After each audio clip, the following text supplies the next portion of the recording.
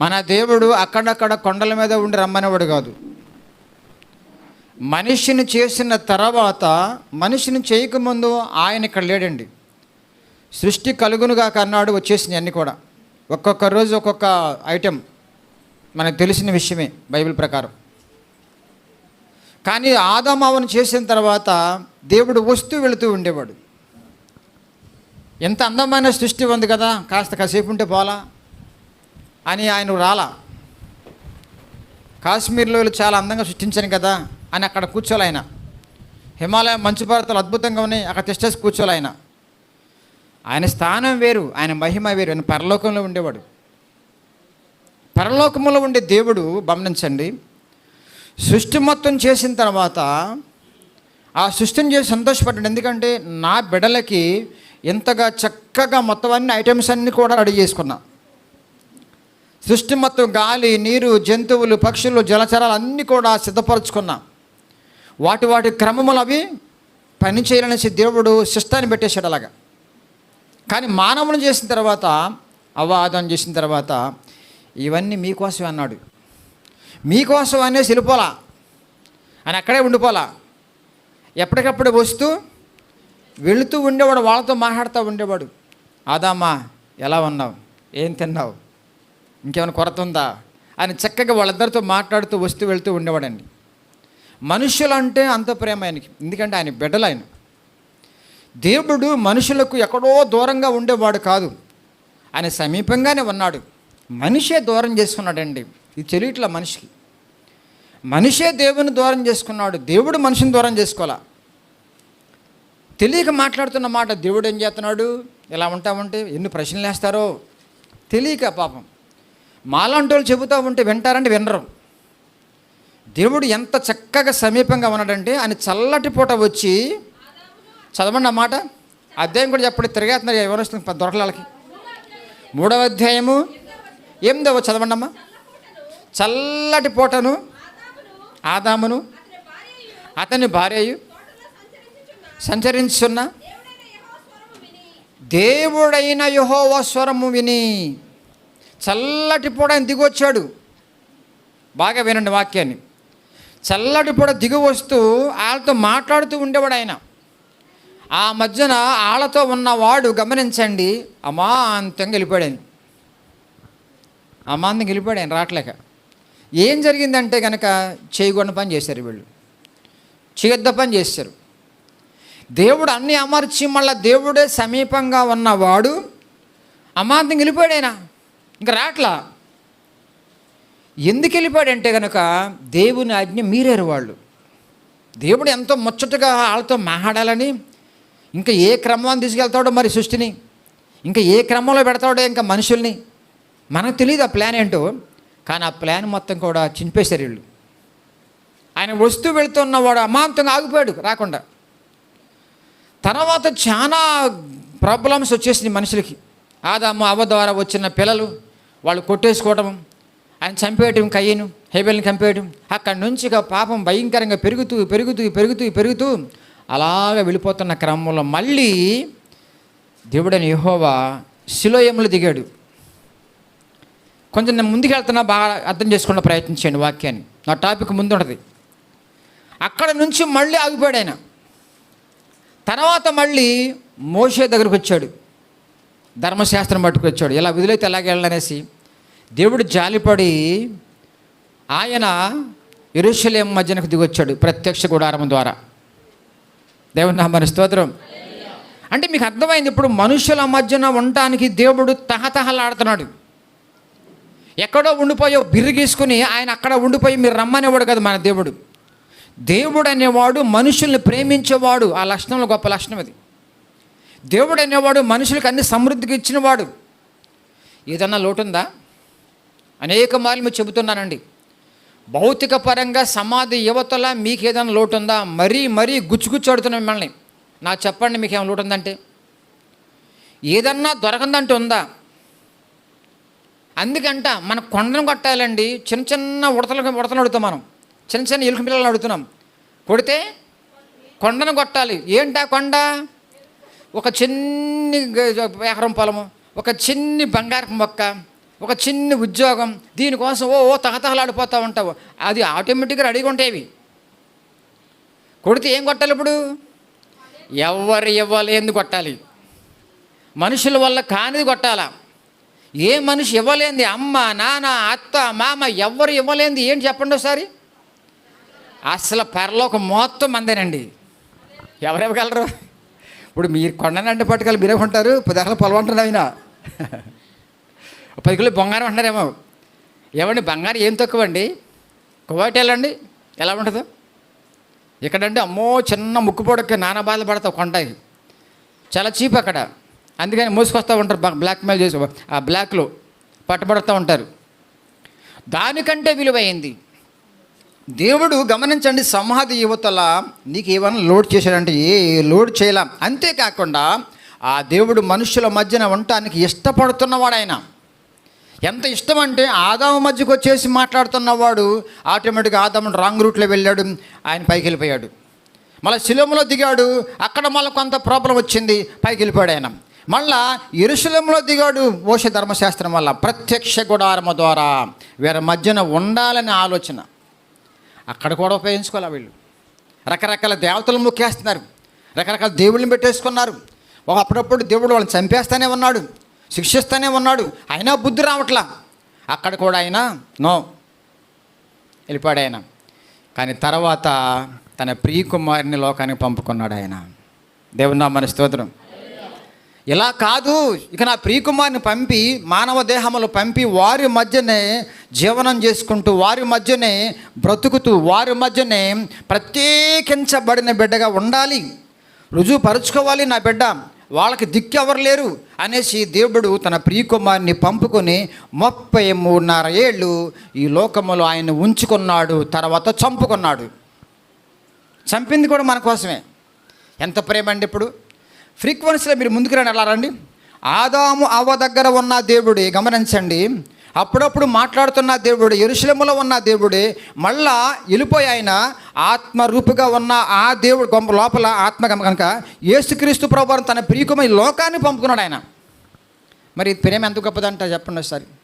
ఒకసారి మీరు మైండ్తో ఆలోచించాలి.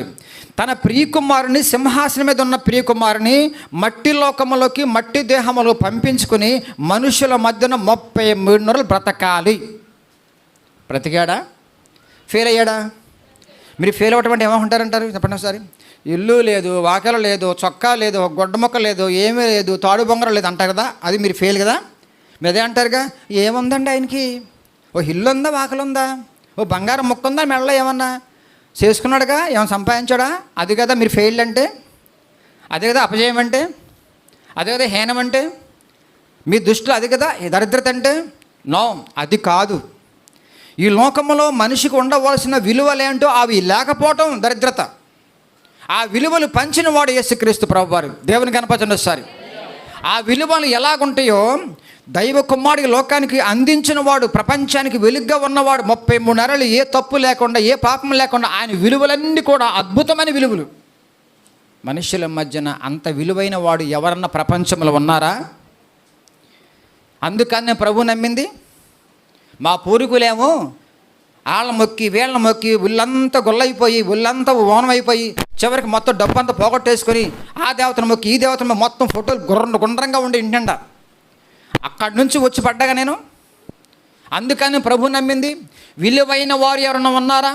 నేను మనం హోటల్కి వెళితే 1 2 3 4 మధ్యన ఇంకో ఆయన ఎవరో మా ప్రభు యేసు ప్రభు వారు. వెంటనే ఓనర్గారితో అప్పుడప్పుడు మాట్లాడుతూ ఉంటా సరదాగా. వెళ్ళిపోయి, సార్ మీకు తెలుసా ఆ నలుగురు గురించి అన్న, అటు ఇద్దరు ఉన్నారు. తెలుసండి కొంత అన్నారు. మధ్యలో తెలుసు, మీ మధ్యలో యేసుబాబు అండి అన్నాడు. ఆయన గురించి మీకు తెలుసా అన్న. తెలుసండి, క్రైస్తవులు మొక్కుతారు కదండి, అంతే మీకు తెలుసండి. ఇటు ఇద్దరు ఉన్నారు, అటు ఇద్దరు ఉన్నారు, మధ్యలో ఉన్న ఆయన సపరేట్ అండి, చెప్పమంటారు అన్న. చెప్పండి సార్ అన్నాడు. ఏం లేదు సార్, ఆయన మానవుడికి లోకానికి దిగి వచ్చి నీ కొరకు నా కొరకు ప్రేమను పంచి ప్రేమను పెట్టి సిలువలో మరణించి తిరిగి లేచిన మహానుభావుడు అండి. వీళ్ళ నలుగురికి అడ్రస్ లేదన్నా. No answer. వీళ్ళ ఇటువైపు ఉన్న ఇద్దరు, ఇటువైపు అడ్రస్ లేదు. నా ప్రభు అడ్రస్ ఉంది ఇప్పటికీ. చరిత్రాధారం అతను మాట్లాడుకున్నాం కదా, సైన్స్ ఆధారం, చరిత్రాధారం ఉంది. సిద్ధాంత ఆధారం ఉంది. ఇంకేం మాట్లాడతారు వాళ్ళు? ఏమైనా వాయిస్ ఉంటుందంటే కానీ మాట్లాడండి. నేను వాళ్ళ నలుగురు గురించి చెప్పగలను, ఇటువైపు ఉన్న ఇద్దరు గురించి చెప్పగలను, అటువైపు ఉన్న ఇద్దరు గురించి చెప్పగలను. కానీ టైం వేస్ట్ అయిపోద్ది నాకు. నా యేసు గురించి చెప్పమంటే మళ్ళీ కలుస్తాను వచ్చా ఇడ్లీ మొక్క తినేసి అయిపోయింది నా పని. ఏంటంటారంటే కనుక వాస్తవం ఏంటో చెప్పకపోతే అదే పాపం. నువ్వు నమ్మిన వాడి గురించి చెప్పకపోవడం అదే పాపం. అందుకని దేవుడు మనిషిని ఎంత ప్రేమించాడో ఒక వాస్తవంలో మనం బ్రతుకుతున్నాం. ఆ మనుషుల్లో నువ్వున్నావు, నేనున్నాం. యేసుక్రీస్తు ప్రభువు వచ్చిన తర్వాత కూడా ఆయన వెళ్ళిపోయాడు, ఆయనే వెళ్ళిపోయాడు. ఆయన కార్యక్రమం అంతా కొన్ని నెరవేర్చేసి ఆయనే వెళ్ళిపోయాడు. కానీ ఈరోజు గమనించండి దేవుని బిడ్డలారా, పాత నిబంధన కాలంలో దేవుని యొక్క మందిరానికి ప్రాముఖ్యత ఉంది. ఇక్కడ కొంచెం ఆగుదాం, అటు వెళ్దాం, మళ్ళీ ఇటు వద్దాం. పాత నిబంధన కాలంలో దేవుని మందిరం ఎందుకు ప్రాముఖ్యత ఉందంటే, దేవుడు అప్పుడప్పుడు తన మహిమలో దిగి వచ్చేవాడు. ప్రత్యక్ష గుడారం యెరూషలేము దేవాలయం. ఆ దేవాలయం కూడా జాగ్రత్తగా చూసుకోవాలి. ఎవరు? యాజకులు కనిపెట్టుకుంటూ ఉండాలి. వచ్చిన దేవుని బిడ్డలందరూ కూడా జాగ్రత్త పాటించాలి, నిష్ఠాగరిష్ఠగా ఉండాలి. లోపలికి రావాలంటే పాలెములో ఆ బయట స్నానం ఆచరించి వారి పాపం కూడా పశ్చాత్తాపడిపోయి బలి ఇచ్చిన తర్వాత లోపల రావాలి. లోపలికి ఎవరు పడితే వాళ్ళు వెళ్ళకూడదు. యాజకులు మాత్రమే అద్దుపరిస్థితి వెళ్ళిపోవాలన్నమాట. ఎందుకంటే మన పాపాల నిమిత్తం వాళ్ళు ప్రోక్షించి వస్తారు వాళ్ళు అక్కడికి వెళ్ళిన తర్వాత. అట్లాంటి దేవాలయాన్ని జాగ్రత్త పెట్టుకోవాలి వాళ్ళు ఎప్పటికప్పుడే. ఎవరు పడితే వాళ్ళు లోపలికి వెళ్ళకూడదు, ఎవరు పడితే వాళ్ళు రాకూడదు. ఎంత నిష్ఠగా ఉంటుందంటే చూద్దాం. చక్కని మాటలు కొన్ని ఉదాహరణ చెప్తాను మీకు అందరు కూడా. అక్కడ ఆ రోజుల్లో ఉన్న పరిస్థితి ఎలా ఉందంటే, లేవియ కాండము 10వ అధ్యాయము 1-2 ఉదాహరణ చెప్తా. ఉదాహరణ, ఇష్టం వచ్చినట్లుగా ఉండకుండా ఉండులాగన దేవుడు ఎలా కఠినంగా ఉన్నాడో చూద్దాం ఒకసారి. అహరోను కుమారులైన అమ్మా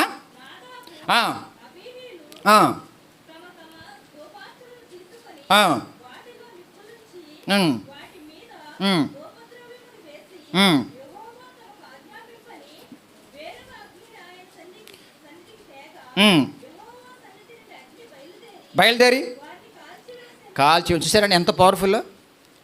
మందిరంలోనికి ఆయన ఆలయానికి ఎవరు పడితే వాళ్ళు ఎలా పడితే వాళ్ళు వెళ్ళకూడదు. అహరోను కుమారులు చాలా రాంగ్ చేశారు. ఏంటి ఆ రాంగ్ అంటే కనుక, అసలు లోపలికి వెళ్ళాలంటే పాప ప్రాయశ్చిత్తం యొక్క పరిస్థితులు లేకుండా లోపలికి అంగీకారంగా వెళ్ళకూడదు.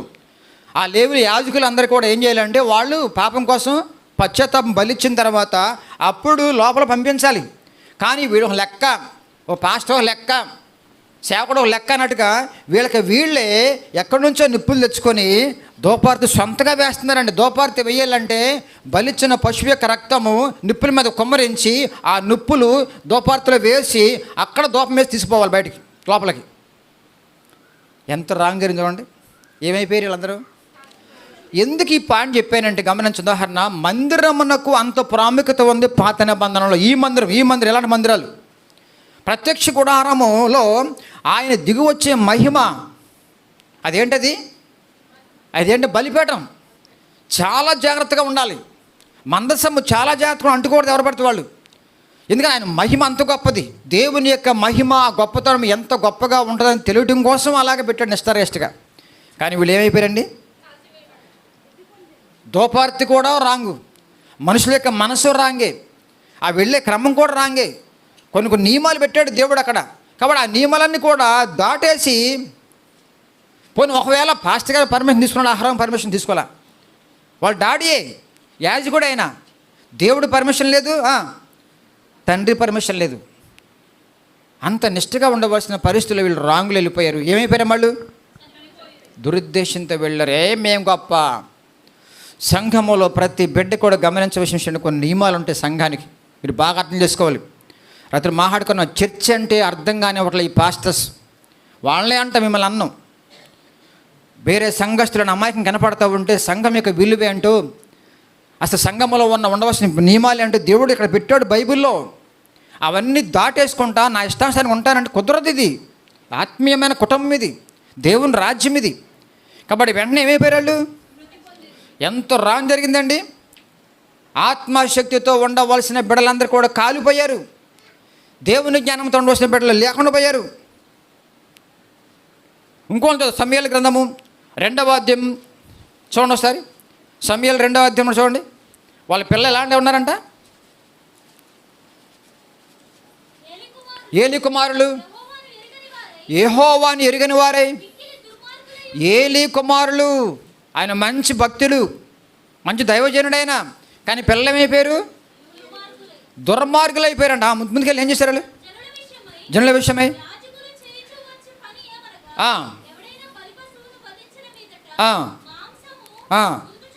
బలి పశు వధించిన తర్వాత మాంసం ఉడుచుండగా చేయగోన్న దరిద్ర పని చేశాడండి. యాజకులు తీసి పంచాలి, అవసరమైతే యాజకులు తీసుకోవాలి ముందు. ఆ బలి పశు వధించిన తర్వాత, ఉడికిన తర్వాత వీళ్ళు ఏం చేశారు? వీళ్ళు ముందే తీసేసుకుని ఇక తింటమే. ఇంకా ఇంకో మాట ఏంటి చెప్పండి అక్కడ, అద్భుతమైన మాట. దహింపక మునుపు వచ్చి వధించు వానితో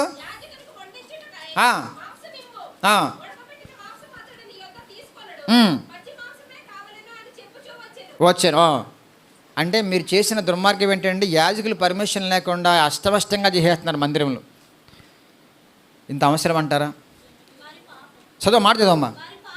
వారి పాపము రిజల్ట్ ఎన్నో వచ్చినది?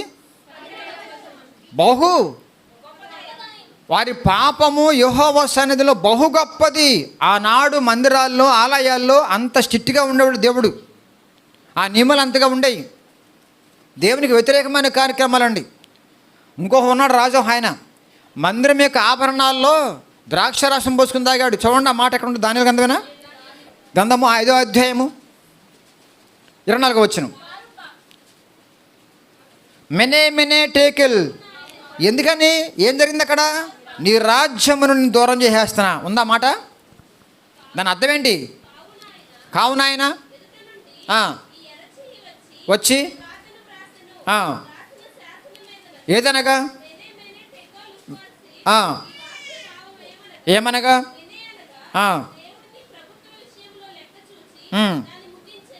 ఎందుకని ముగించాడు దేవుడు? చక్కని రాజ్య పరిపాలన చేసుకొని ఉండవలసిన వాడు ఎందుకు ముగించాడు? పైన ఉంటుందండి, పైన ఉంటుంది. వారు బంగారు, వెండి, ఇత్తడి, ఇనుము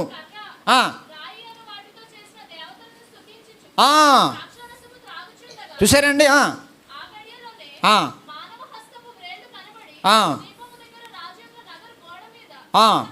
వాళ్ళు ఉపకరణాలు ఎక్కడ అయ్యి? దేవుని మందిరములో ఉన్న ఉపకరణాల్లో, పాత్రలో వాళ్ళు ద్రాక్షరసం తాగుతున్నారండి. ఎంత శాపం అండి. ఏమైపోయాడమ్మా లాస్ట్లో? ఏమైపోయాడు? 30 వచ్చింది అవ్వండి. ఆ రాత్రి ఏంది? చచ్చిపోయాడు. ఎందుకు? పాత నిబంధన కాలంలో ఉన్న మందిరాలు, పరుషులేము దేవాలయంలో ఉన్న ప్రత్యక్ష గుడారము, లేకపోతే ఇవన్నిట్లో కూడా దేవుడు ఎంత నిష్ఠగా పెట్టాడంటే ఆయన పవరు, ఆయన పరిశుద్ధుడు, ఆ నియమాలు అంత స్ట్రిక్ట్గా ఉంటాయి.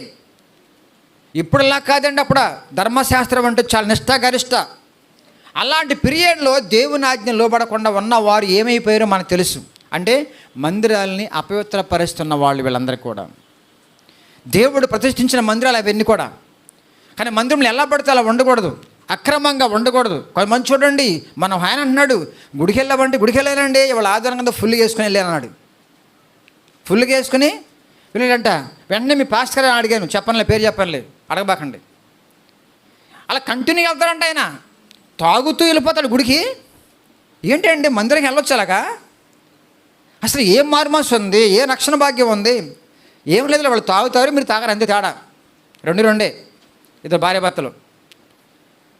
వాళ్ళు వ్యర్థమైన జీవితం జీవిస్తూ మందిరానికి వెళ్తున్న క్రమంలో ఎందుకు ఖండించకూడదండి? ఖండించవద్దు. నా దేవుడు ఎంత పౌరుషం కలబడండి. ఆనాడు మందిరాలు, ప్రతిష్ఠించుకున్న మందిరాలని కూడా ప్రత్యేకంగా ఉండేవి. యెరూషలేము దేవాలయంలో ప్రత్యక్ష గుడారము చాలా అద్భుతంగా ఉండేది. దేవుడు మహిమ దిగి రావాలంటే చాలా ఏమాత్రం కొంచెం రాంగ్ రూట్ జరిగినా సరే ఆయన రాడు. అందుకని యాజకులు దడబుట్టేది ఒక్కొక్కరికి ఎలా ఉండాలి. నేను గమనించండి, కృత్రిమంగా మనం కట్టుకున్న ఈ మంద గురించి మాట్లాడటం కావట్లేదు. ఇది కేవలం ఆరాధన చేసుకోవడం కోసం వస్తూ వెళ్తూ ఉంటాం. అయినా సరే మనం పరిశుద్ధమైన గుంపు కాబట్టి జాగ్రత్త రావాలి. నీ ప్రవర్తన జాగ్రత్తగా చూసుకోమని చెప్పాడు దేవుడు. కానీ నేను మరొక మందిరం గురించి మాట్లాడుతున్నా. అదే మనం ఎవరమండి? దేవుని మందిరాలము. మనం దేవుని మందిరాలము. చూడండి చక్కని మాటలు. రోమిలకు రాసిన పత్రిక 12వ అధ్యాయంలో ఉంటుంది చక్కని మాట. సజీవ యాగముగా సజీవ యాగముగా మీ శరీరములను ఆయనకు సమర్పించుకునుడని దేవుని వాత్సల్యమును బతిమలాడుకొంచున్నాను. ఎందుకు సమర్పించుకోవాలి? ఉండేవాడు ఆయన. ఎప్పుడైతే నువ్వు మారు మనసు పొంది బాప్తిసం పొందుకుంటావో ఆయనను అభిషేకించుకున్నాడు, ప్రతిష్ఠించుకున్నాడు, ఆయన నీలోకి వచ్చేసాడు. ఏదైనా తోటలో ఉన్న దేవుడు వెళ్ళిపోయాడు, మళ్ళీ శిలోములో దిగాడు, శిలోము నుంచి మళ్ళీ వెళ్ళిపోయాడు, యెరూషలేములో దిగాడు, యెరూషలేము నుంచి మళ్ళీ వెళ్ళిపోయాడు, మళ్ళా యేసు రూపం మళ్ళీ లోకానికి వచ్చాడు, మళ్ళా శిలువలో మరణించి మళ్ళీ పరలోకి వెళ్ళిపోయాడు. ఇప్పుడు ఆత్మరూపుగా నీలోకే వచ్చేసాడు. ఎంత ప్రేమ అండి దేవునికి! దేవుని కనపడుతున్న ఒకసారి ఎప్పటికప్పుడే తహతహలాడుతున్నారండి వాళ్ళు. తండ్రి అయిన దేవుడు, కుమారుడైన దేవుడు, పరిశుద్ధాత్మ దేవుడు ఎప్పటికప్పుడు నా జనులతో ఉండాలి, నా బిడ్డలతో ఉండాలి. త్రియేక దేవుడు ఎంతో అద్భుతంగా మనల్ని ప్రేమించాడు. అర్థం చేసుకోండి బిడ్డలారి. మధ్యాహ్న వేళలో ఇది మీకు అర్థం కాకపోతే ఎంతో కొంత నువ్వు త్యాగం చేయలేవు దేవుని కొరకు. దేవుడిని అభిషేకించుకొని మారు మనసు పొంది బాప్తిసం పొందిన తర్వాత ఆయన నీలోకి వచ్చేసాడంటే కనుక ఇంక నీకు ఎవరు కావాలి? సెక్యూరిటీ ఎవరు కావాలి ఇంకా నీకు? అందుకే దేవుని ఆలయం పాడేసిన వాడు దేవుడు ఆయన వచ్చిన తర్వాత కూడా పాడేసుకుంటే ఎలాగండి? అప్పుడెప్పుడో ప్రత్యక్ష గుడారం అంటే మనం చూడాల, అప్పుడెప్పుడు యెరూషలేము దేవాలయం మనం లేము. వాళ్ళు ఏదో బలైపోయారు, ఏదో మొత్తాన్ని దేవుడు శిక్షించాడు, మళ్ళీ లేపాడు, అయిపోయింది. ఇప్పుడు మనకు వచ్చి పడ్డాం. వచ్చిన తర్వాత మమ్మీ బాప్తిసం పొందుకున్నాం, ఆయనే మనలోకి వచ్చాడు. దేవుని కనపరుచుకుందాం సార్. కాబట్టి ఇప్పుడు మనం ఎలా ఉండాలి, మందిరం ఎలా ఉండాలో అప్పుడు చెప్పాడు దేవుడు. అవన్నీ చెప్పండి, టైం చాలదు మనకి. యెరూషలేము దేవాలయం ఎలా కట్టాలో కూడా ప్లాన్ అంతా కూడా ఇచ్చింది. ప్రత్యక్ష కూడా ఎలా ఉండాలో దేవుడు చెప్పాడు. అయినా సరే అక్కడ ఫెయిల్ అయిపోయినాయి, అన్నీ కూడా కింద ఉన్నాయి. ఇప్పుడు ఈ మందిరాలు కూడా రాకడికి ఎత్తబడవు, మనం ఎత్తబడతాం. ఏ మందిరం? లోపల ఉన్న దేవుడు మనల్ని మలుచుకుంటున్నాడు, ఆయన మనం ఎత్తబడతాం. కాబట్టి ఇప్పుడు మనం అనే ఈ మందిరాలని ఎలాగా ఉండాలంట? ఆయన సమర్పించుకోవాలి. ఎలాగంట? సజీవయాగం సమర్పించుకోవాలి. నీ కళ్ళు సమర్పించుకున్నావా? కళ్ళు ఎందుకు ఇచ్చాడు దేవుడు? పని చేసుకోవడానికి ఉంటావు. అదే మాట్లాడతాను కదా ముందు. నేను అంటాను ముందు వాక్యం చదువుకుంటా అంట. చదువుతున్నారు వాక్యాన్ని. దేవుని కార్యాలు చేయటం కోసం కదా, దేవుని పని చేయటం కోసం కదా ఉపయోగిస్తున్నారా? మరి సమర్పించుకుంది అక్కడ? బంగారం సమర్పించుకున్నావా? గోల్డ్ షాప్కి వెళ్తే ఎలా అవుతాయి నీ కళ్ళు? గోల్డ్ షాప్కి వెళ్ళంగానే మీ కళ్ళు ఎలా పనిచేస్తాయి? వెళ్ళదు, ఇప్పుడు వెళ్ళదా? పోనీ నచ్చిన చీరకి వెళ్తే? మందిరానికి వస్తే కళ్ళు పని చేయవండి. బైబిల్ తీరు, బైబిల్ ఓపెన్ చేయరు, ఇంటికాడ బైబిల్ తీరు, గుళ్ళో బైబిల్ తీరు, పాట పాడరు, పాట తీరు. ఎంత బద్ధకం అండి మనకి. ఇష్టమైన వస్తువు కొనుక్కున్నప్పుడు ఎలా పనిచేసి ఉంటాయి? ఈ కళ్ళు ఎవరి కొరకండి? అమ్మ దేవునికి ఉపయోగిస్తున్నారా? ఒకసారి ఆలోచించండి బిడ్డలారా. మీరు దేవుని మందిరం అండి, దేవుని ఆలయం అండి. సజీవ యాగముగా ఆయన శిలువ రక్తములో కడగబడిన బిడ్డలంగా సమర్పించేసుకున్నాం ఆయన్ని. ఆయన సమర్పించేసుకున్నాం ఆయనకి. ఆత్మ చేత అభిషేకించుకున్నాడు అన్న బైబిల్లో ఉంది. ఆత్మవరం పొందేసుకున్నాం మనం. మరి నీ కళ్ళు ఎలా ఉండాలి? ఇదివరలా కళ్ళ ఉండొచ్చా? దేవుని నామమున స్తోత్రం. నశించు ఆత్మల కొరకు పనిచేసే కళ్ళలాగా ఉన్నాయా? వాక్యం చదవటం కోసం పనిచేస్తుందా? ఈ మధ్యకాలంలో వాక్య ధ్యానం మీద ఎక్కువ మాట్లాడతాం. మిమ్మల్ని బైబిల్లో పడైపోతే కనుక మీరు ఫెయిల్ అయిపోతారు. మీరు బైబిల్లో పడాలి. భక్తులు బాగా మునిగిపోతారు. ప్రార్థన 1 గంట, సాయంత్రం 1 గంట, ఉల్లిపాయలు, చింతపండు, పప్పు, ఉప్పు, బియ్యం బస్తా, ఆ బస్తా, ఉద్యోగాలు, ప్రమోషన్లు, బిజినెస్, వ్యాపారం అంతా ఏం ప్రార్థన చేస్తే అదే అంటారు. గంట ప్రార్థన చేస్తుంది మా అమ్మ అంటాడు పెచ్చోడు పాపం. వాడికేం తెలుసు? అసలు ప్రార్థన లేదు, కొసరే అంతా. వాక్య ధ్యానం ఏది? ఆరాధన ఏది? దేవుని గణపరచడం ఏది? ఆత్మ పట్ల భారంతో ఏడ్చింది ఎక్కడ? నీ ఇంట్లో వాళ్ళు మారరు, పక్క వాళ్ళు మారరు, నువ్వు అసలు మారలా. మళ్ళీ అంటావు సజీవ యాగముగా సమర్పించుకున్నా. నేను ఏం పని చేసింది దేవుని కొరకు చెప్పండి? కరపత్రాలను పంచారా? నీ నోరు ఎప్పుడైనా దేవుని పాట పాడావా? అందరూ ఎక్కడ కదలేండి, తలుపులేసి పాడతారు బాగానే. 10 మందిలో ఏమన్నా మైక్ ఇస్తే కన్నా పాట పాడుతున్నావా? సాక్ష్యం చెప్తున్నావా? చదవండి అన్నమాట. ఎలా ఉందమ్మా? సజీవ యాగముగా. వా, చెవులు సీరియల్ మాటలకి, సినిమా మాటలకి. దేవుని మాట ఎంత బోరో. ఆదివారం విన్నాక గంట చాలే కట్టేసి మరి బాధ పాస్టర్. చాలామంది ఫీల్ అవుతున్నారు చూడండి, టైం అయిపోతుంది అనుకుంటే చెమటలు పట్టేది నీకేం పర్లేదు, నాకు ఇక్కడ మండిపోతుంది ఇక్కడ, నాకు ఫ్యాన్ తిరుగుతున్నాను ఒక రకంగా ఇక్కడ.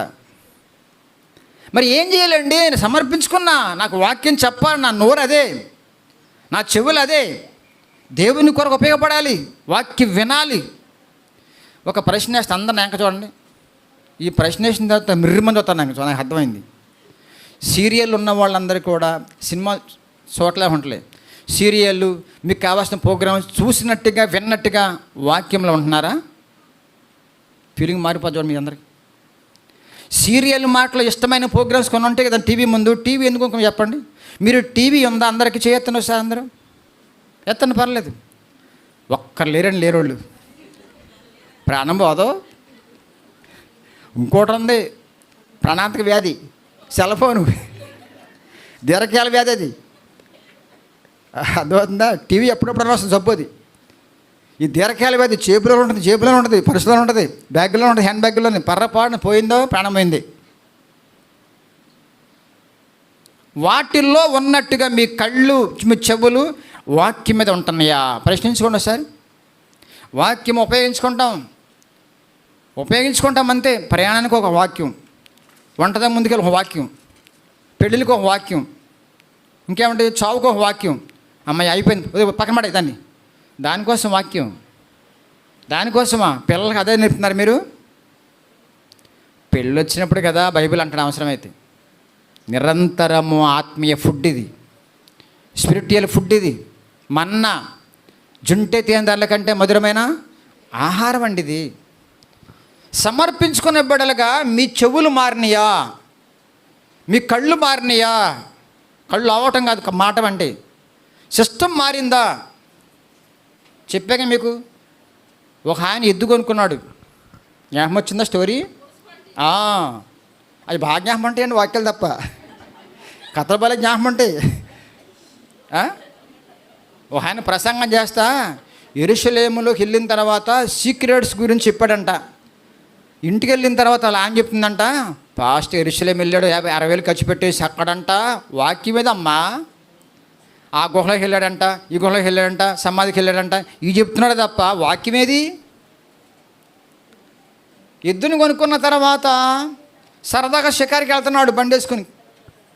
ఆ బండి కట్టిన తర్వాత ఒంటిపడ్డ అనుకోండి, అది ఎక్కడ అవుతుంది? మున్సిపల్ చెత్త దగ్గర ఆగిపోతుంది. ఎందుకు అవుతుందంటే కనుక ఇదివరకు మున్సిపల్ ఆఫీసులో మున్సిపల్ చెత్త మోసే ఎద్దుది. యజమాని మారాడు, బుద్ధి మారిందా? యజమాని మారాడు, బుద్ధి మారిందా? యజమాని మార్చుకున్నావు కానీ నీ బుద్ధి మారలా. ఇంకా అదే చెవులు. టీవీ సీరియల్ ఏమొస్తుంది? గట్టిగా పెట్టు.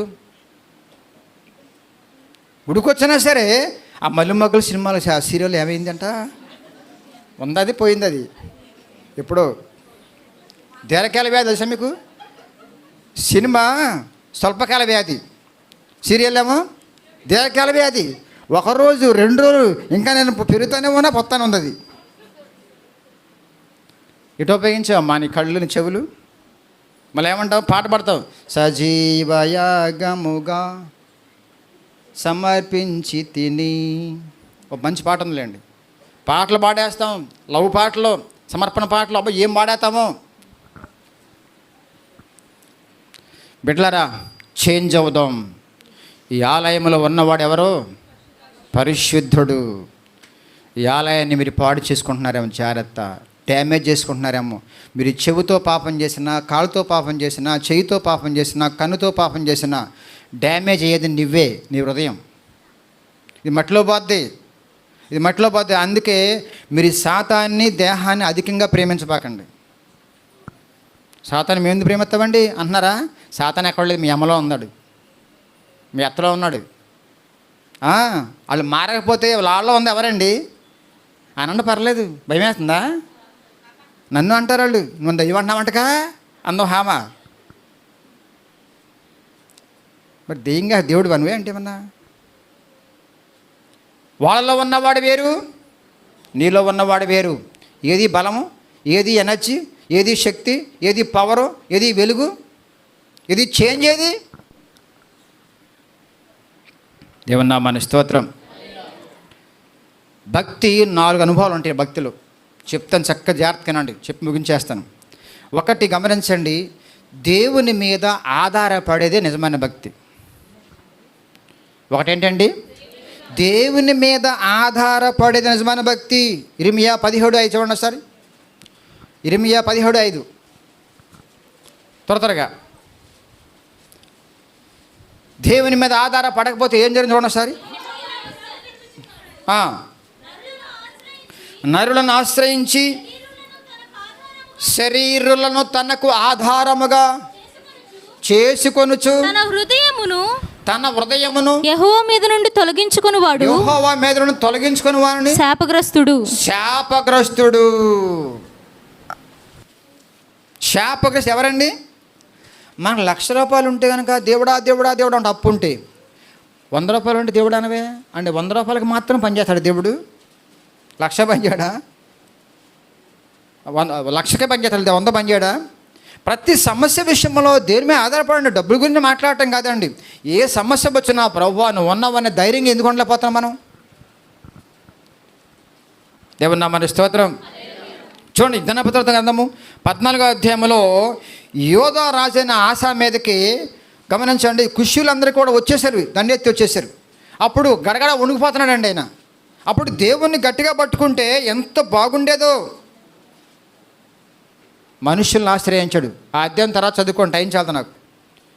మనుషుల్ని ఆశ్రయించడం వల్ల ఎంత నష్టపోయాడు తెలుసా మీకు? చాలా నష్టపోయాడు ఆశ. దేవుని గమనించండి, ఇది తెలుసుకుని దావీదు ఏమంటాడంటే, యెహోవాను విడిచి వేరొకరిని అనుసరించే వారికి శ్రమలు కలుగును. దావీదు బాగా అర్థమైంది, దేవుడు తప్ప నా దిక్కు ఎవరు. బాల్య దశ నుంచి కూడా దావీదుకి దేవుడే దిక్కు. గొలియాతు రాగానే దేవుని తెలుసుకున్నాడు అంతే. దేవా నువ్వు ఉన్నావైనా వెళ్ళిపోయాడు, ముందుకు వెళ్ళిపోయాడు రయ్యమనుకుంటా, చిన్న బాలుడిగా ఉన్నప్పుడు. అంత ఎనర్జీ ఉంది దావీదుకి. రాజు అయిన తర్వాత కూడా దేవుని పెట్టలా. పాటలు పాడుతుంటే ఏం చేస్తామండి పిచ్చోడు అందరు కూడా సిగ్గుపడలా. దేవుని నామానికి స్తోత్రం. దైవజనుడి యొక్క కమిట్మెంట్ అలా ఉండాలని, విశ్వాసుల కమిట్మెంట్. నేను విడిచి ఉండలేను ప్రభువా. భక్తిలో కొన్ని ఉంటాయి, గుడికి రావటం, బైబిల్ పట్టుకోవటం, పాటలు పాడటం, తర్వాత కానుక సమర్పించుకోవటం, ఇవన్నీ కూడా కార్యక్రమాలు, భక్తి కార్యక్రమాలండి. అవి జరగనివ్వండి, అవి తప్పు కాదు. కానీ శక్తివంతమైన జీవితం ఉందా? ఆనవాయితీ ప్రకారం 10 మంది కనపడటం కోసం అది భక్తి చేస్తుంది, వచ్చేస్తుంది, మామూలుగా క్యారెక్టర్ మారలా, జీవితం మారలా, బ్రతుకు మారలా, పిల్లలు మారలా, తల్లులు మారలా, కుటుంబం మారలా, అసలు టోటల్గా చేంజింగ్ లేదుగా. శక్తి ఏది? భక్తి కార్యక్రమాలు బాగా కనపడుతున్నాయి. కూటమి పెట్టేస్తావు, కాంకులు ఇస్తావు, డబ్బులు ఇస్తావు, ఫ్యాన్ కొంటావు, గుడి కడతావు అవసరమైతే. కానీ శక్తివంతమైన ప్రభావవంతమైన బ్రతుకు నీలో ఉందా? అది లేకపోతే పరిశుద్ధాత్మ దేవుడు ఎంత ఫీల్ అవుతాడండి. ఆయన వచ్చిందే అందుకోసం కదా. ఆయన ఆ విధంగా ఉపయోగించుకోరే మీరు? ఆయన ఆ విధంగా వాడుకోరే ఆయన అసలు? ఆయన అలా పక్కన పెట్టేసి మిగిలిన వాడి గురించి అన్నీ కూడా చేసేస్తున్నారు అంతే. అచ్చి చేసుకోండి. సాతానుగాడు మీకు విషయం చెప్పంట, సాతానుగాడికి నువ్వు పాట పాడినా ఆడికి చలనం ఉండదు. పాడుకో. ఆ పాటలో ఉన్న భావన తెలిస్తేగా, ఆడి ఉద్దేశం అదేగా. అది నువ్వు పాట పాడావనుకో, పాటని ఫీల్ అవుతావు, నువ్వు అనుభవిస్తావా? అనుభవించవుగా. నువ్వు పాడేసుకో, నాకేంటంట. నువ్వు ప్రార్థన చేస్తావు కదా, ఆహా ఈ ప్రార్థన ఎవరికి కావాలి చేసుకో. నన్ను కదిపించే ప్రార్థన ఒకటి ఉంటుంది. వచ్చే శనివారం మాట్లాడతాం ఈ ప్రార్థన గురించి. రాత్రి వాకింగ్ గురించి మాట్లాడే కదా, శనివారం మాట్లాడదాం ప్రార్థన గురించి. అసలు ప్రార్థన లేదు, కొసల ప్రార్థనగా. ఆడికి ఏం భయం ఉండదు, బాధ ఉండదు. నువ్వు గుడికి వస్తున్నావా, అబ్బా సూపర్గా వెళ్ళో స్టైల్గా, నీకేం పర్లా, కూర్చో బ్రహ్మాండంగా విని అంతే, వచ్చేయి, అయిపోయింది. ఆడికేం చల్లం ఉండదు. ఆ ఫ్యాన్ కొంటావా, కొనుక్కో, పర్లేదు. ఇంకేమైనా కొంటావా, కొను, మొత్తం అంత కూడా ఏం ప్రాబ్లం ఉండదు. కానీ వాక్యాన్ని అనుభవించి పరిశుద్ధాత్మ దేవుని ఉపయోగించుకొని అద్భుతమైన సాక్ష్యం వస్తుంది. అప్పుడు భయం వేస్తుంది వాడికి కదలాలంటే అది చేయాలి.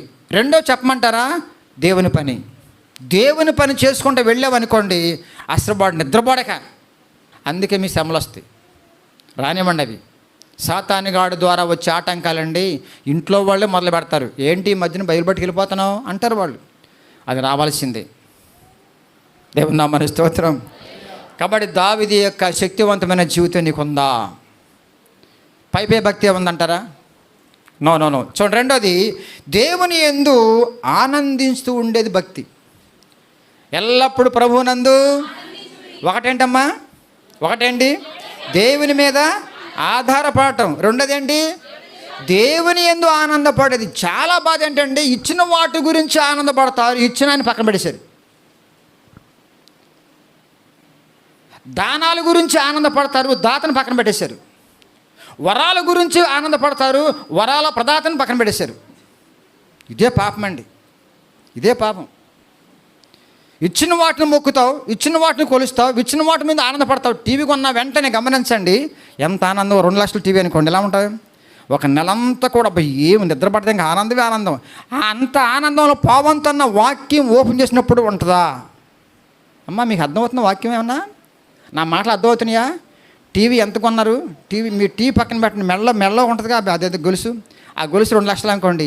ఆ గొలుసుని అందరూ చూపించే వరకు అందరూ చెప్పేవారు. ఇప్పుడు చూపించాలి, భయమేస్తుంది, లాగేస్తా పీకేస్తారని చెప్పాక ఒక ఆమె దిగేసుకుంది బంగారం, కప్పేసుకుంది, దిగేసుకుని కప్పేసుకుంది. ఏంటమ్మ ముసలాం ఎంత 70 ఎంత ఉంటుందండి ఆమెకి. ఏంటంటే కనుక భయం అన్నది. భయం ఎందుకు? నిన్నేనంటే లక్కుపడి అంట పీక నరికేసి వేసుకోవడం ఎందుకు, కప్పుకోవడం ఎందుకమ్మా? ఆ బ్యాంకులో పడేసుకోవచ్చు కన్నా. 2 లక్షల గొలుసా? దాన్ని ఏమన్నా నెక్లెస్ అంటానమ్మా, అదే నెక్లెస్. అప్పుడున్న ఆనందం బైబిల్ ఓపెన్ చేసి చదువుతున్నప్పుడు ఉందా? నీ కళ్ళు మారినాయా? నువ్వు మారుమనసు పొందావా?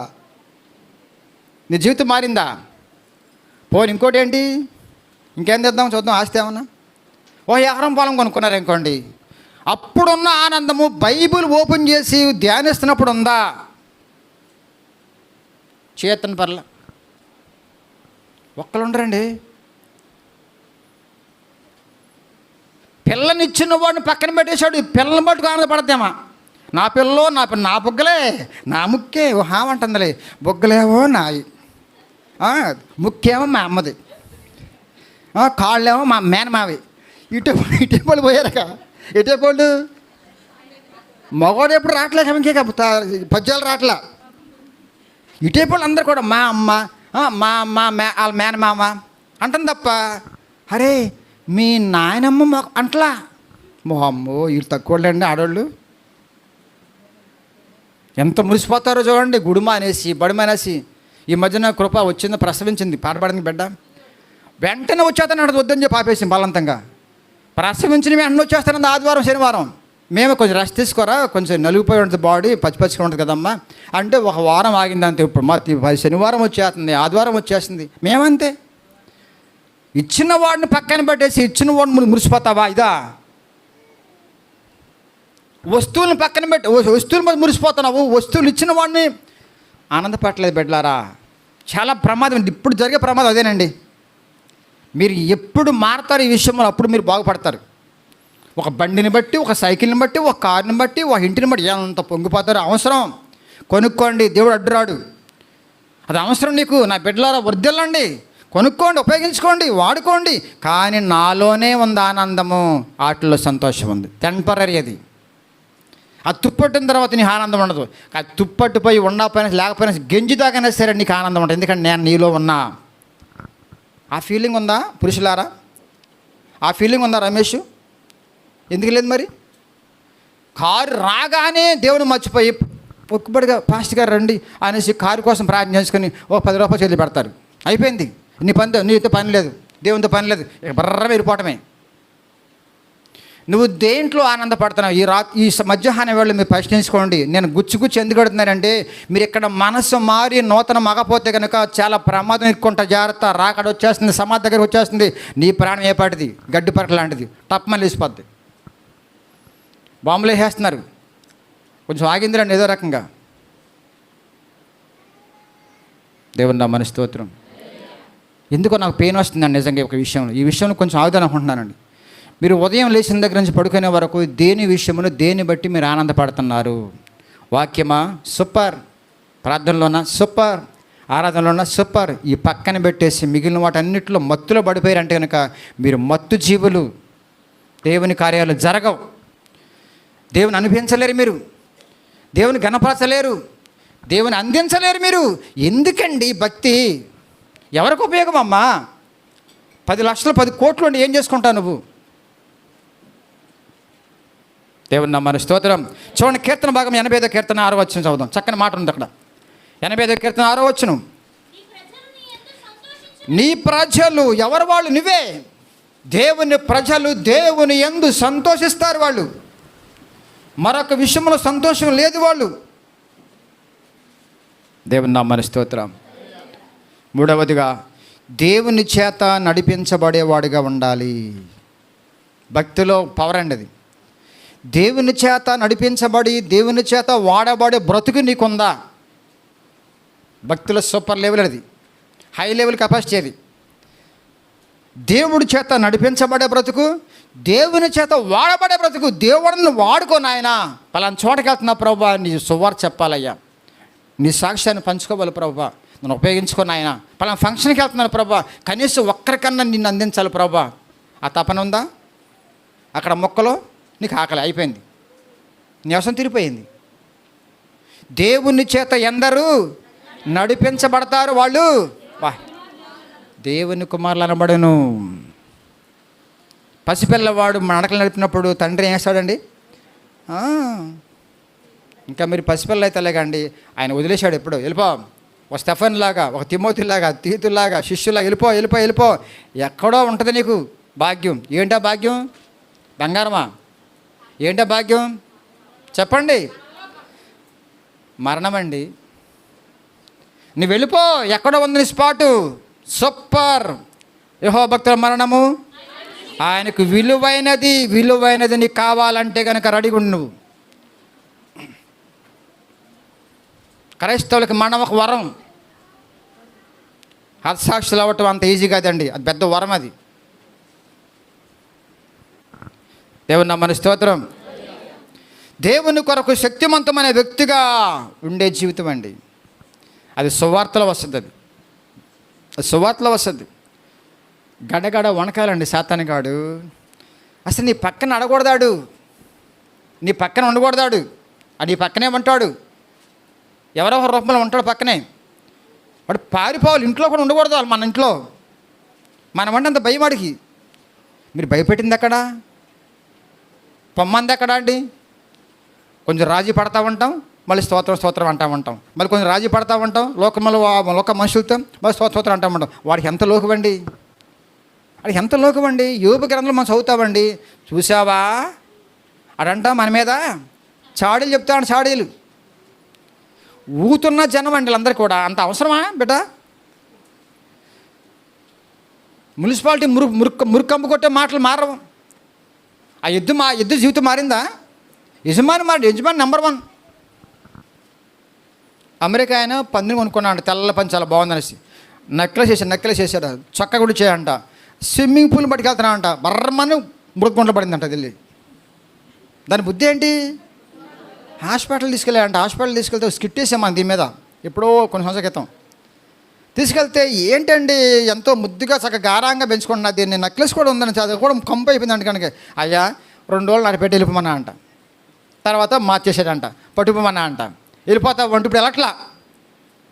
మురుగుంట వెళ్తే యాక్కని వచ్చి బయటకు వచ్చేస్తుందంట. ఏంటంటే కనుక ఏమీ లేదండి, దీన్ని కొంచెం గుండు మార్చానా అంట. ఏంటంటే గొర్రెపిల్ల గుండేసాను అంట. పంది గుండి తీసేసి గొర్రెపిల్ల గుండి. నువ్వు హృదయం మారిందా? నీ హృదయం మారిందా? మారితే ఇలా ఉంటావు నువ్వు అసలు.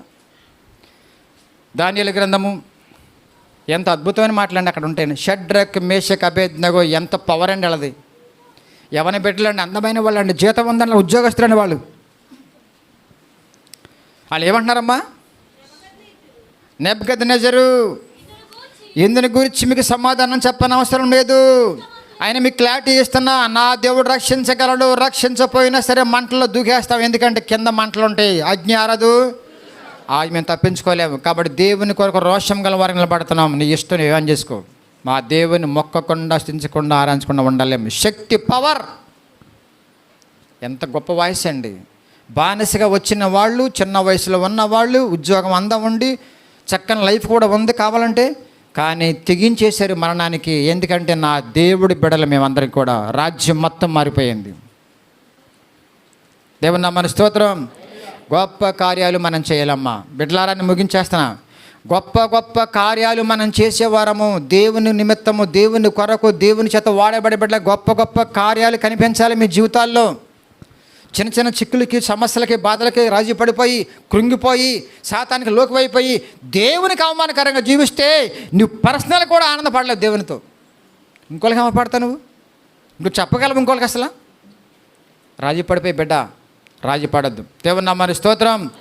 కాబట్టి మందిరములో ఉన్న మనందరము కూడా ఈ కృత్రిమంగా ఈ మందిరంలో ఉన్న ఈ మందిరము కొన్ని విధులు, కొన్ని బాధ్యతలు మనం పాటించాలి. చెప్పి ముగించేస్తాను. చక్కని బాధ్యతలు ఏంటంటే కనుక మనందరం కూడా వ్యక్తిత్వాన్ని బట్టి దేవుణ్ణి గణపరచాలి. మన యొక్క జీవితం మార్పుని బట్టి దేవుణ్ణి గణపరచాలి, ఆరాధించాలండి. ప్రార్థన చేసుకోండి. ఇక్కడ దేవుని ఆరాధించడం వేరు, కృతజ్ఞత వేరు. ఇక్కడ మీకు క్లారిటీ ఇస్తాను. ఒకసారి చెప్పినట్టు జ్ఞాపకం నాకు. ఆరాధించడం అంటే ఆయన ఏమై ఉన్నాడో, ఆయన కార్యాలను బట్టి, నా వ్యక్తిగతమైన జీవితంలో ఆత్మ సంబంధమైన జీవితాన్ని బట్టి, నన్ను వాడుకునే విధానాన్ని బట్టి, రాబోయే పరలోకాన్ని బట్టి ఆయన గణపరచాలి, ఆరాధించాలి. అది ఆరాధన. జ్వరం మంది స్తోత్రం అంటే థ్యాంక్స్ అంటారు. దాన్ని ఏమంటారు? కృతజ్ఞత. ఇల్లు ఇచ్చే ప్రభాని స్తోత్రం చెప్పాలి ఖచ్చితంగా. కారు కొనుక్కున్న ప్రభాని స్తోత్రం చెప్పాలి. అది కృతజ్ఞత. ఆరాధన అంటే ఆయన ఏమై ఉన్నాడో, నీకు ఏం చేశాడో, రాబోయే జీవితంలో ఆయన నేను ఏమై ఉండబోతున్నామో, నన్ను వాడుకునే విధానం ఏంటో దాన్ని బట్టి ఆరాధించాలి. హృదయం అంతా కదిలిపోద్ది. ఉల్లిపాయకి చింతపండుకి ఏం కలుద్ది? ఉల్లిపాయ వచ్చింది, మళ్ళీ రేపు ఉల్లిపాయ కొనుక్కుంటావు, అది గొప్ప ఏముంది? థ్యాంక్స్ ప్రభు అంటాం. కృతజ్ఞత. ఎలా ఆరాధించాలమ్మా? ఒకటి వ్యక్తిత్వాన్ని బట్టి, ఆయన సుగుణాలను బట్టి, ఆయన కార్యాలను బట్టి, ఆయన ప్రణాళికలు, అద్భుతమైన ప్రణాళిక గీసుకున్నాడు నీ పట్ల. నేను అప్పుడప్పుడు ఎడుతానండి. ఎందుకని చేస్తే గమనించండి. ప్రభువా, నీ ప్రణాళికని తప్పి ఏమని వెళ్తున్నాను ప్రభువా, నన్ను కనికరించిన ఆయన క్షమించు ప్రభు అని తెలియపరిచి ప్రభు ఎడుతూ ఉంటా.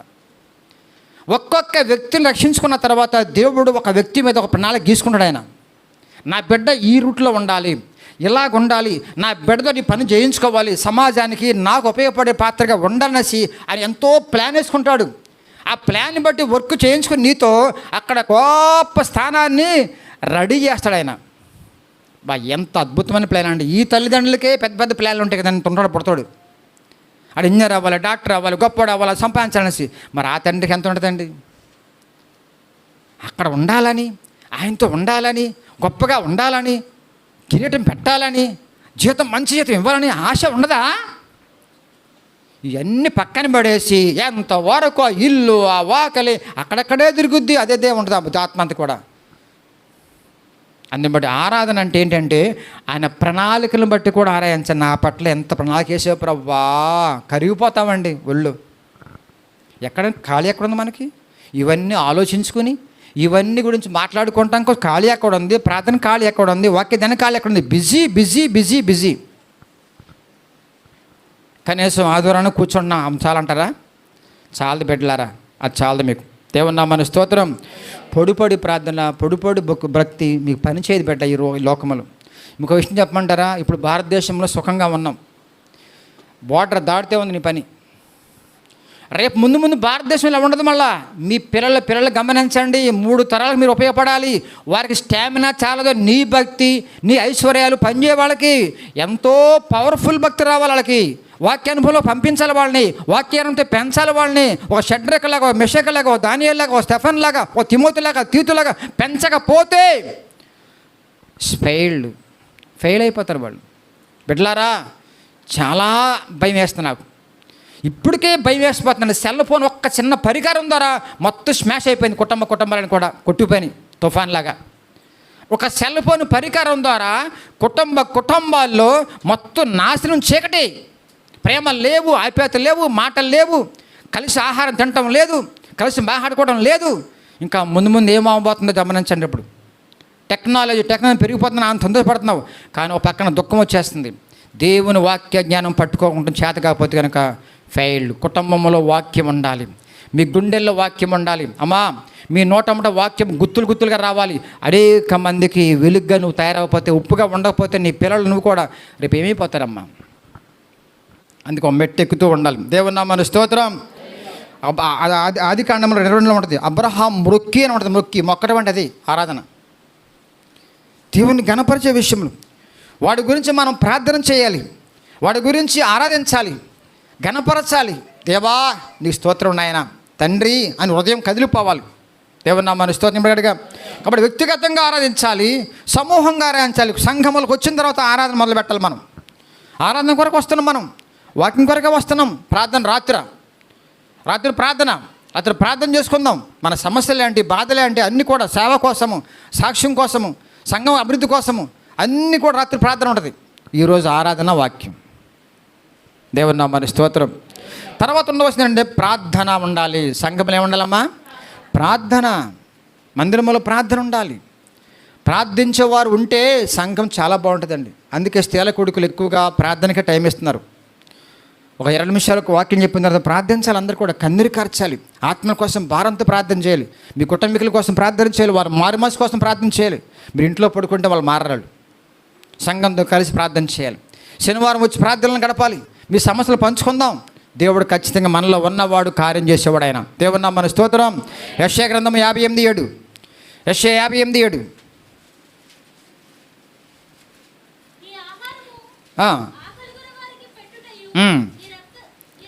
యెషయా 58:7 చదవమ్మా.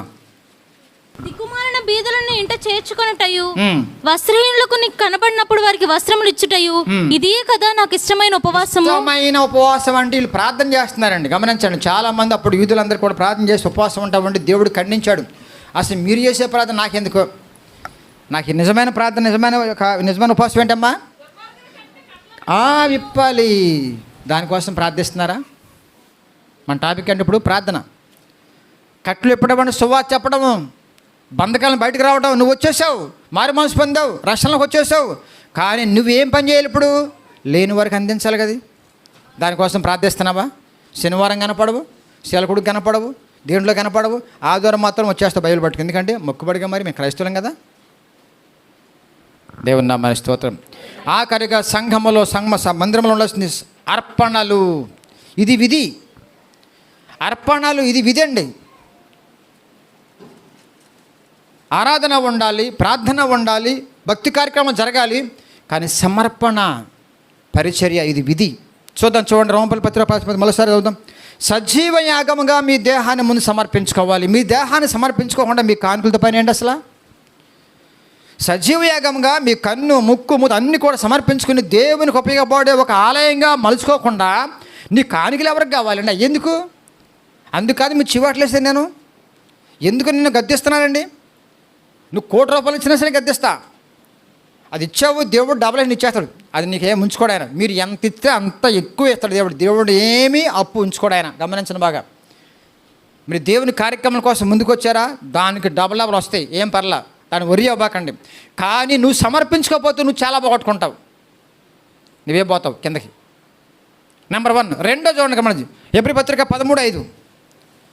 హెబ్రీ పత్రిక 13:5. జిహ్వా ఫలము, నోటితో దేవుని గురించి ఒప్పుకోవాలి, చెప్పుకోవాలి. నువ్వు మీ నోరమ్మట వాక్యాలు రావాలి. మీ నోటితో సువార్త చెప్పాలి. అందరికీ సువార్త చెప్పుకుంటూ వెళ్ళిపోవాలండి. మన పనిది. జిహ్వా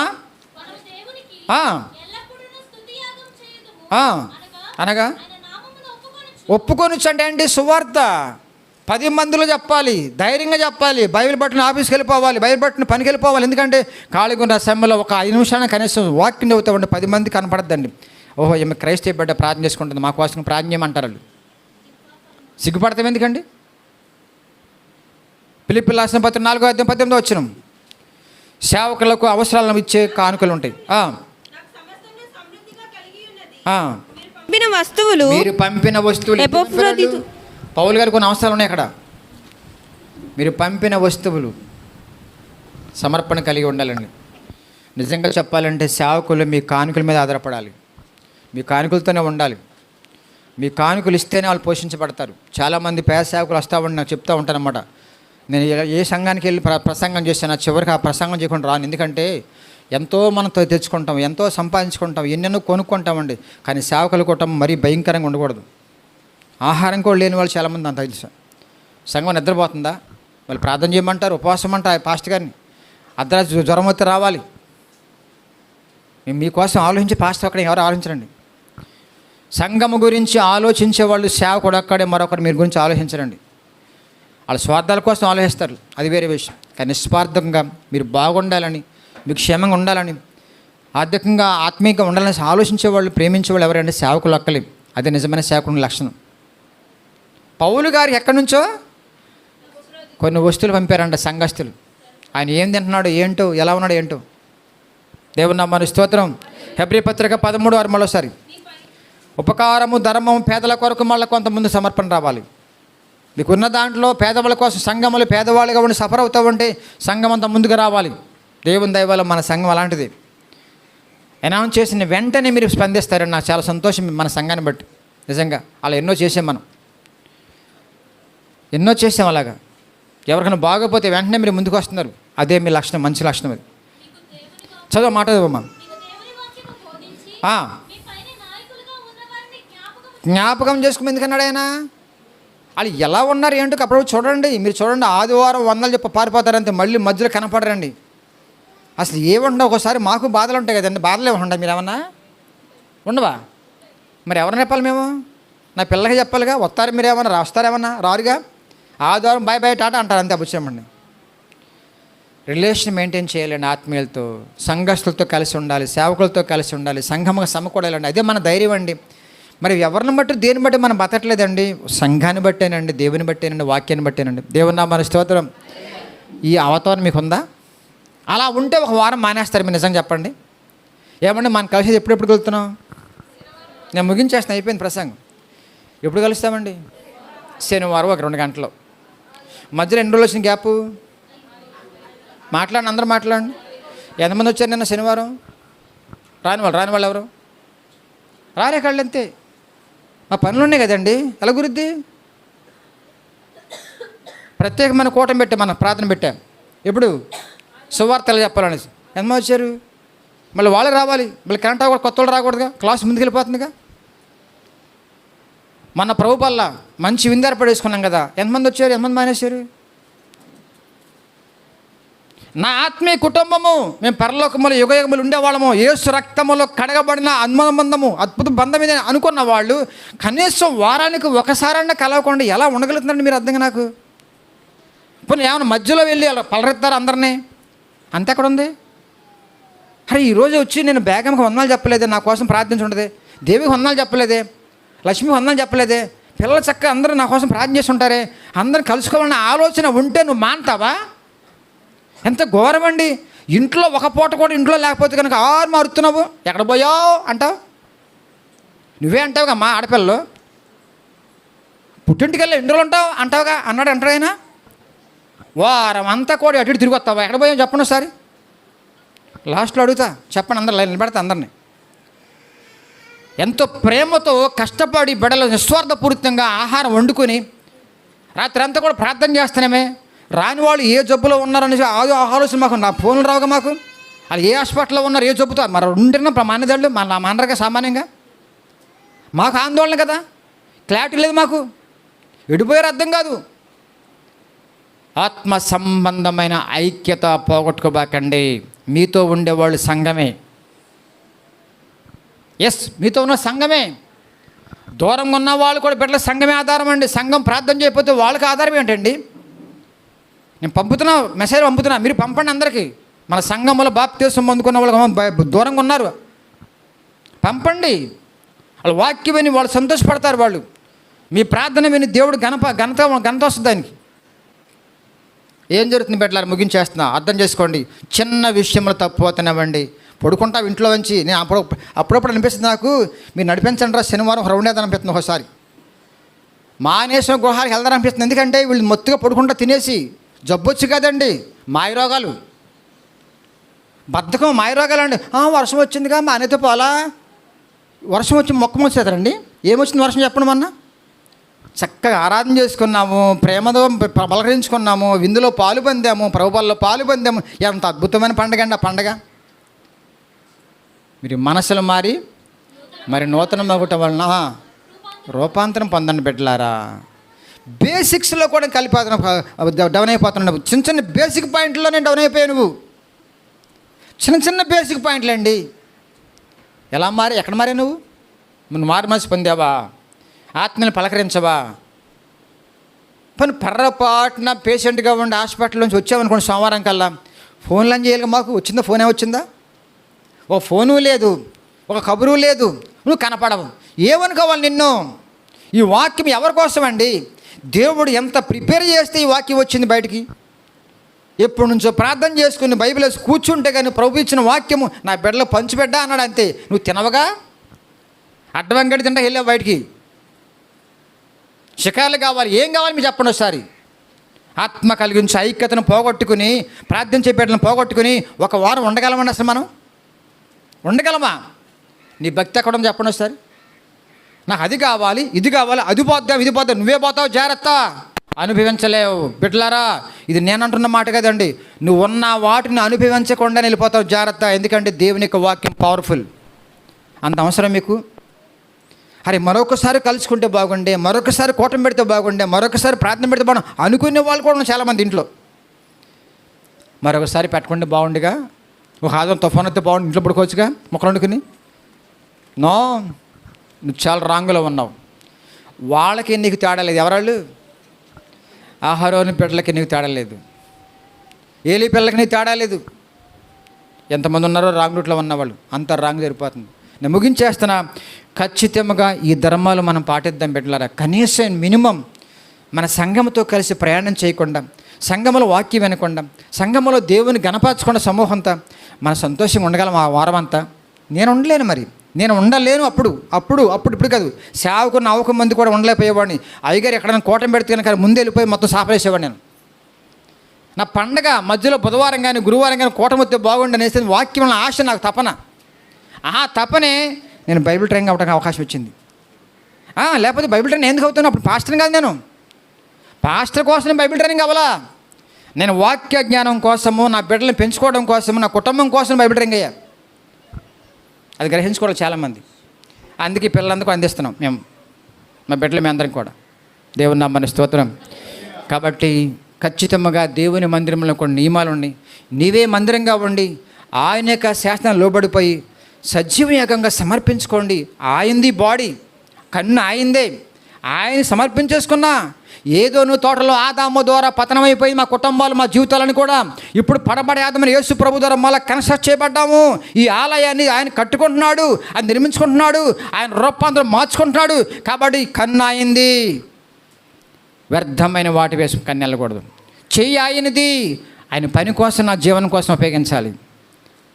నా బాడీ అంతా అయింది, ఆయన కోసం, నా భర్త కోసం. ఇది మరొకరి ప్రమేయం లేదు.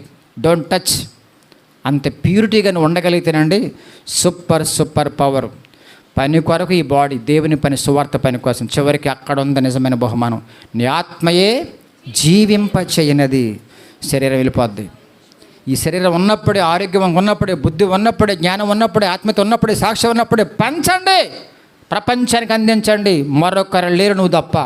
ప్రార్థన చేసుకుందాం, కళ్ళ మూసుకుందాం.